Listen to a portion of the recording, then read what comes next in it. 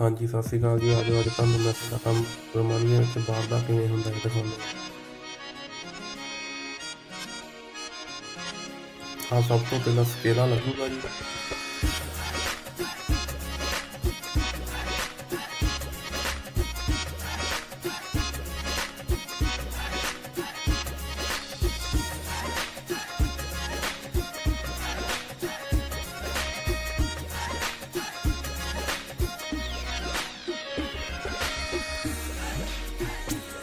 ਉਸ ਤੋਂ ਬਾਅਦ ਵਿੱਚ ਜਿੱਥੇ ਫਿਰ ਟੁੱਟ ਭੱਜ ਹੋਈ ਪਈ ਆ ਉੱਥੇ ਮਸਾਲੇ ਨਾਲ ਸਪਰੇਅ ਕੀਤੀ ਜਾਊਗੀ।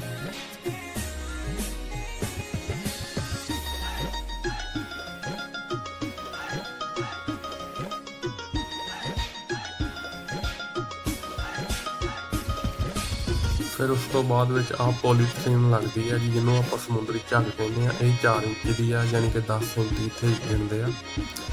ਇਹਨੂੰ ਤੁਸੀਂ ਆਪਣੇ ਸੂਤ ਨਾਲ ਮਸਾਲਾ ਪਾਉਣਾ ਹੈ ਤੇ ਉਸ ਹਿਸਾਬ ਨਾਲ ਲਾ ਕੇ ਮਸਾਲਾ ਤੁਸੀਂ ਕਾਹਨੂੰ ਚਿਪਕਾ ਦੇਣੀ ਆ। ਆਹ ਦੇਖੋ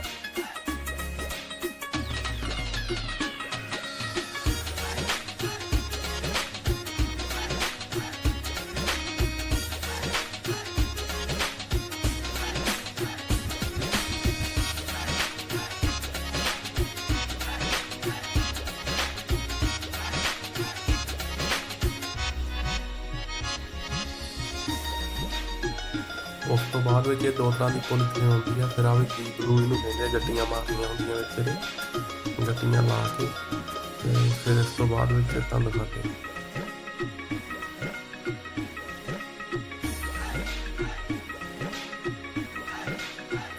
ਹਾਂਜੀ। ਤਾਂ ਗੱਟੀਆਂ ਤੋਂ ਬਾਅਦ ਇਹਨੂੰ ਜਾਲੀ ਲਾ ਦਿੱਤੀ ਜਾਂਦੀ ਆ।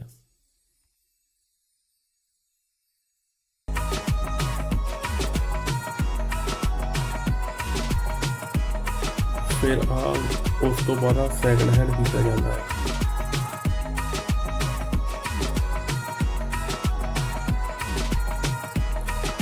ਸੈਕਿੰਡ ਹੈਂਡ ਖਤਮ ਹੋਣ ਤੋਂ ਬਾਅਦ ਵਿੱਚ ਇਹਨੂੰ ਜੁਰਮਾਨੇ ਦਾ ਰੰਗ ਚਾੜਿਆ ਜਾਂਦਾ ਹੈ।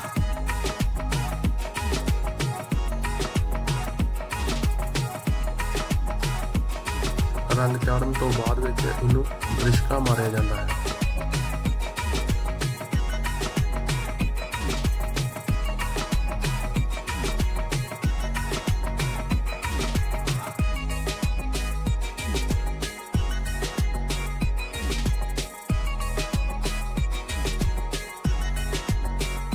ਧੰਨਵਾਦ ਤੁਹਾਡਾ ਮੇਰੀ ਵੀਡੀਓ ਦੇਖਣ ਲਈ।